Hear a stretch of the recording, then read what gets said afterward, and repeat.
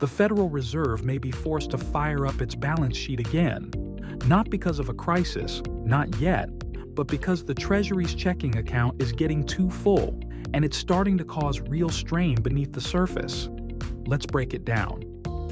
The Treasury General Account, or TGA, just crossed $900 billion. That's the highest it's been since 2021.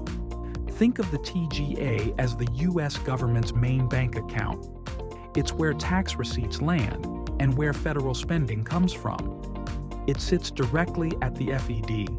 Since June, the TGA has surged by over $666 billion.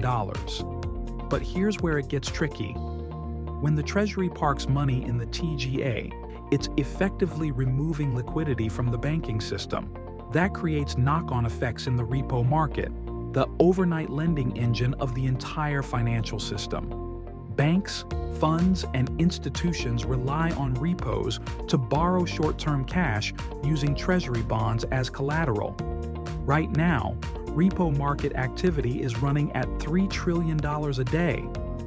That's 3 times higher than it was just 3 years ago. Why? Because the system is starved for cash.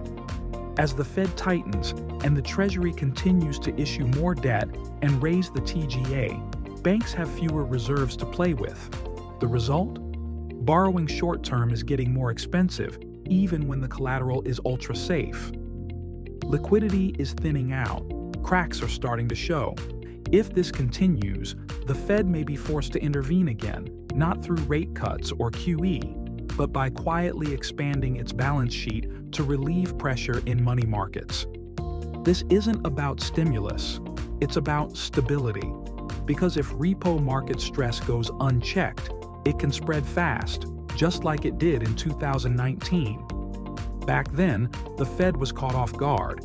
This time, it may act sooner. So while the headlines are focused on interest rates and inflation, the real story might be building in the plumbing of the system. And it all starts with a checking account that's simply gotten too full. Stay tuned. Things are moving fast.